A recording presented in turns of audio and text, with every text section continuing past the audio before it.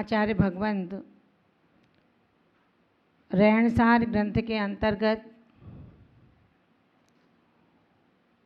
ज्ञान अभ्यास के बिना कर्म क्षय का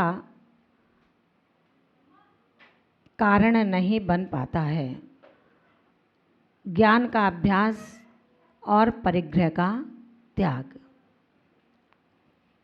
परिग्रह का त्याग यदि साधु के पास है तो ऐसा श्रमण, ऐसा साधक दुखों को प्राप्त नहीं होता।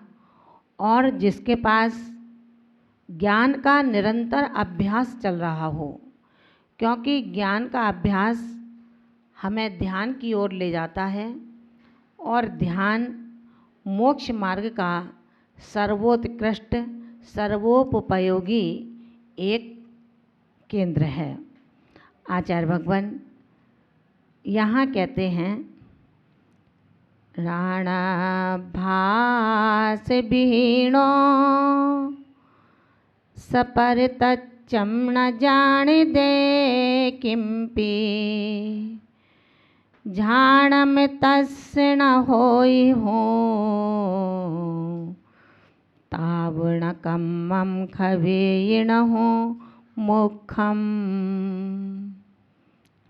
उन्होंने कहा, राणाभास विहीणो, ज्ञान अभ्यास से रहित जीव स पर तच्चम, स माने स्व, पर माने पर, स्व पर तत्व को किंपि कुछ भी न जानदी नहीं जानता, तस्य उसके हु निश्चय से झाणम ध्यान न होदी नहीं होता, तब तक कम्मम कर्मों का न खबेई क्षय नहीं होता। और जब कर्मों का क्षय नहीं होता तो मोक्षम न हूँ, तो मोक्ष की सिद्धि कभी नहीं हो सकती है। आचार्य ने कहा है कि हम सबसे पहले ज्ञान अभ्यास के लिए जो परिग्रह को त्याग करने का एक मार्ग पकड़ा है, ये मोक्ष मार्ग परिग्रह के त्याग के बिना कभी संभव नहीं हो सकता, क्योंकि परिग्रह के त्याग से ही शुद्ध उपयोग की प्राप्ति होती है। शुद्ध उपयोग जिसका है, जिस साधक ने शुद्ध उपयोगी अपने को बनाया है, उसको परमार्थ के ज्ञाता तीर्थंकर गणधर सभी साधु को परिग्रह रहित कहते हैं।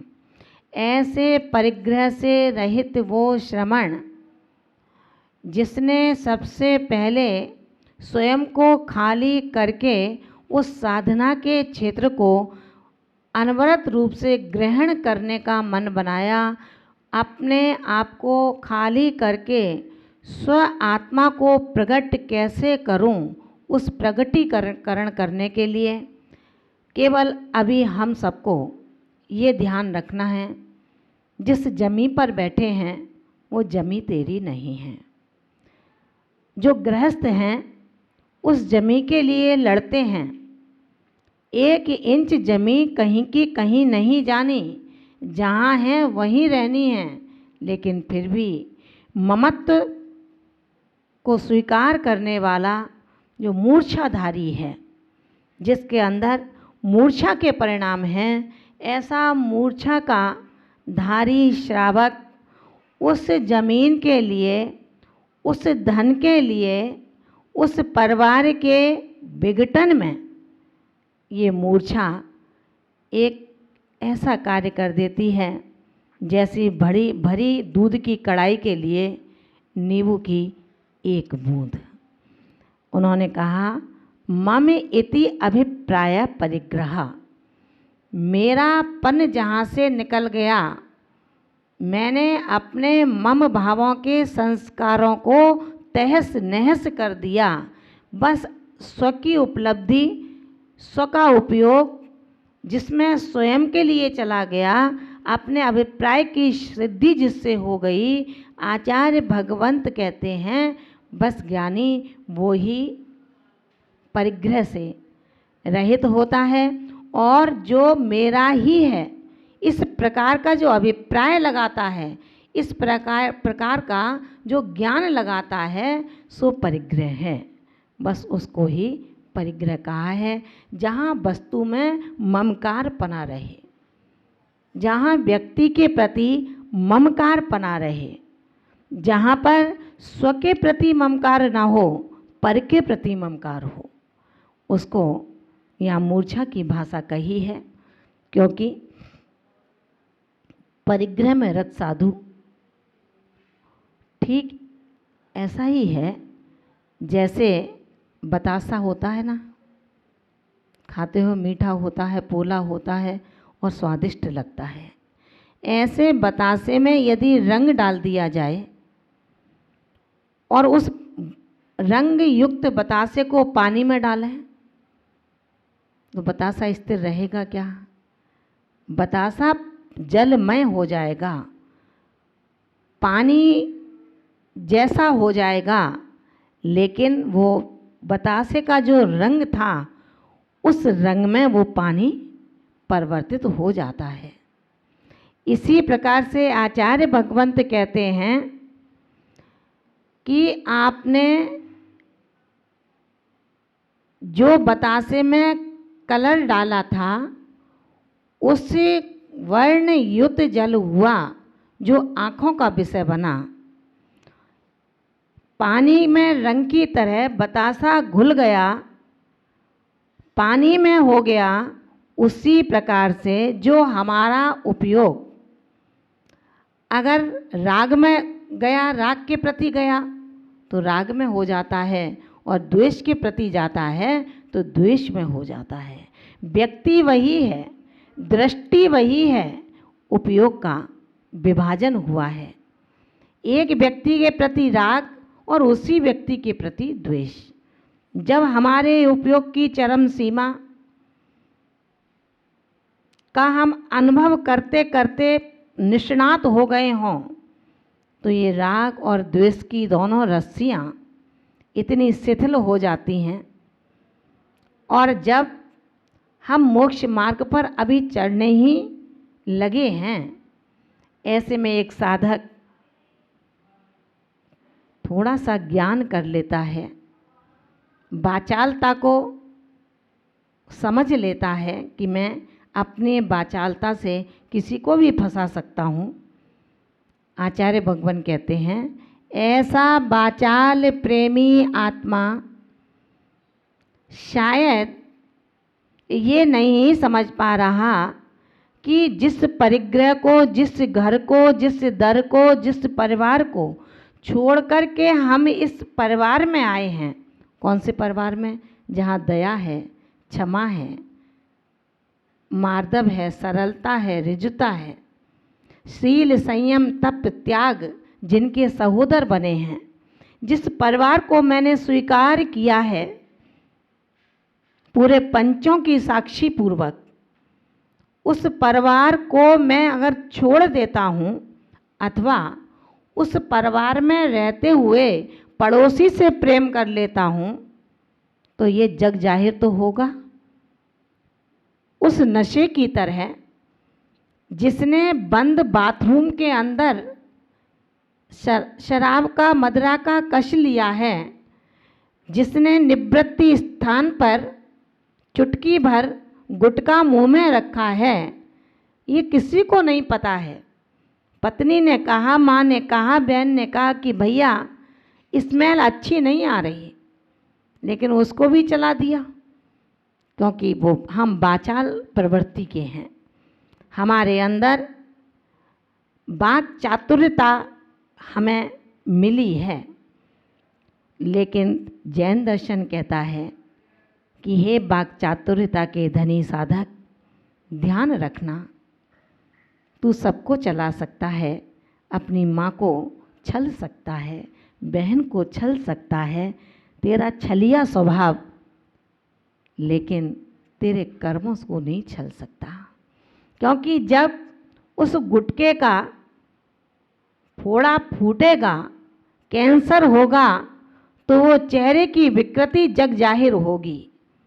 जब तू उस मदिरा का कस बंद निवृत्ति स्थान में लेगा, लेकिन उसका नशा पूरी समाज के बीच में झूमेगा। नाली में पड़ा है कौन? वही जिसने बंद कमरे में एक कस का आनंद लिया था। इसी तरह परिग्रह परिणामों के द्वारा अपने शुभ उपयोग को जिसने राग द्वेष के परिग्रह से विकृत कर दिया है, आकुल व्याकुल कर दिया है, कहाँ तो समता में सामायिक की जीवंत मूर्ति बनकर के बैठा है वो साधक, चर्म चक्षुओं को देखने में लगता है कि ये आत्मस्वादी है, लेकिन अंदर की गटागटी उसको चैन नहीं लेने दे रही, सच्चे स्वाद को नहीं लेने दे रही। उसी प्रकार जिसके अंदर नमक मिर्च मसाला सब कुछ पड़ा है, लेकिन अंत में एक दूसरी किसी पाक शास्त्री ने थोड़ा सा फिटकरी का पुट डाल दिया है। तमाम उन स्वादों के बीच में एक थोड़ी सी फिटकरी ने सारे स्वादों को बेस्वाद बना दिया। आचार्य भगवंत कहते हैं, जब सुंदर भोजन सुंदर रस युक्त है, उसमें थोड़ी सी फिटकरी यदि बेस्वाद भोजन कर सकती है, तो रे साधक थोड़ा विचार तो करो।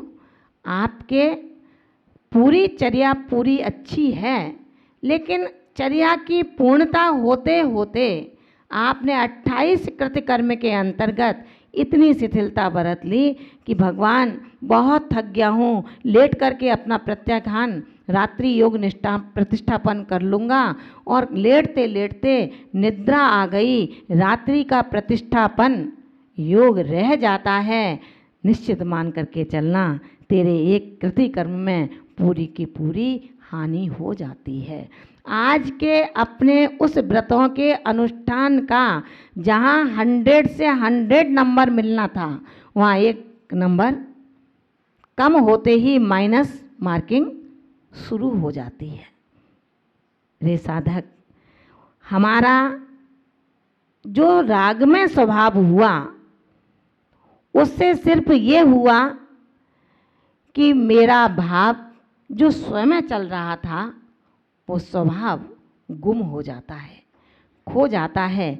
एक ही बार में एक ही चीज़ रह सकती है, या विभाव रहे या स्वभाव रहे। दोनों नहीं हो सकते कि स्वभाव भी रह जाए और विभाव भी रह जाए। इस चीज़ का जब तक हम अभ्यास नहीं करेंगे, अभ्यास किससे होगा? अभ्यास ज्ञान से होगा। अभ्यास किससे होगा? अभ्यास ध्यान से होगा। और वो ध्यान का कैसा अभ्यास होगा?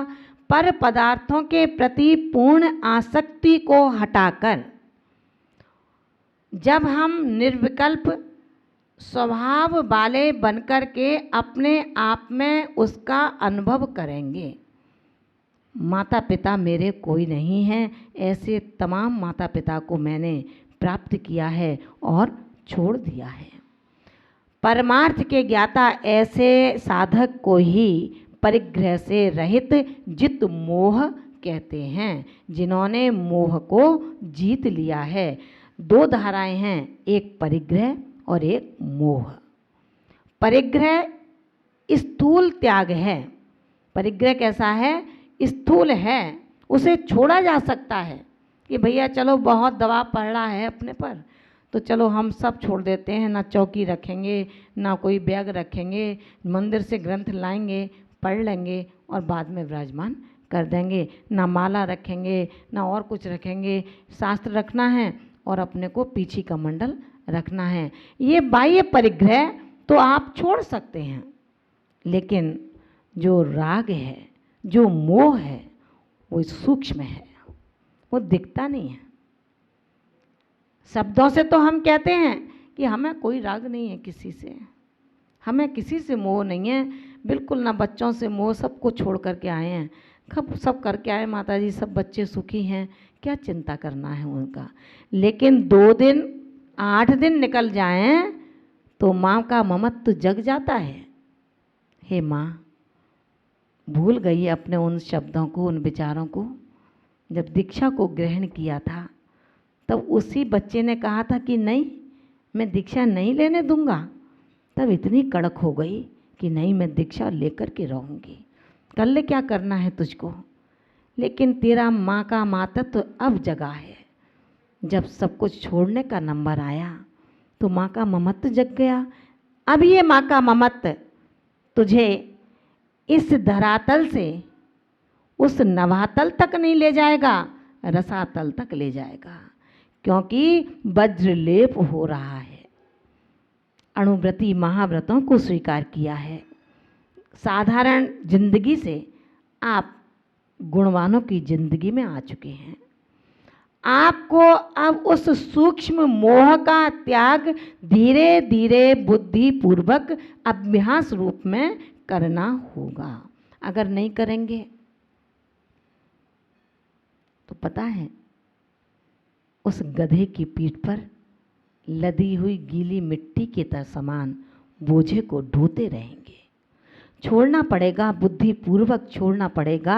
हंस हंस कर छोड़ोगे तो अवनव कर्म का अनुबंध नहीं होगा, और रो रो कर छुड़ाया जाएगा तो नवीन नवीन कर्मों का बंध होता चला जाएगा। ये बिना संवर के निर्जरा होगी। समय आने पर जब उसका परिपाक काल पूरा हो गया, उदय में आके निकल गया, वो कार्यकारी नहीं है। उसी प्रकार जैसे उपवास और अंतराय में अंतर है। उपवास में बुद्धिपूर्वक चारों प्रकार का आहार आपने आहार करने के बाद गुरु चरणों के संकल्प पूर्वक ग्रहण कर लिया। लेकिन जो अंतराय हुआ है, अंतराय में जोरों से भूख लगी है, कंठ सूख रहा है, कंठ कहता है कि शीतल जल मिल जाए तो तृषा का निवारण हो जाए। क्षुधा कहती है 2 रोटी मिल जाएं तो क्षुधा को शांत कर लूं। सब कुछ तो रखा है थाली में, 2 की जगह 4 रोटी रखी है। शीतल जल 1 गिलास नहीं, 1 लोटा नहीं, 1 जग भर कर के रखा है। और देने वाला भी बैठा है, लेने वाला भी बैठा है। लेने वाला भी सोचता है आज मैं अच्छे से आहार करूँगा ताकि धर्म ध्यान साधना समता परिणामों की वृद्धि करूँ। लेकिन कहा है सब कुछ रखा है, लेकिन भाग्य का नीर सूखा है। तो भरी थाली, शीतल जल, अतृप्त कंठ, पेट की क्षुधा, दाता और लेता करेगा क्या जब तक दानांतराय और लाभांतराय का उपशम नहीं है।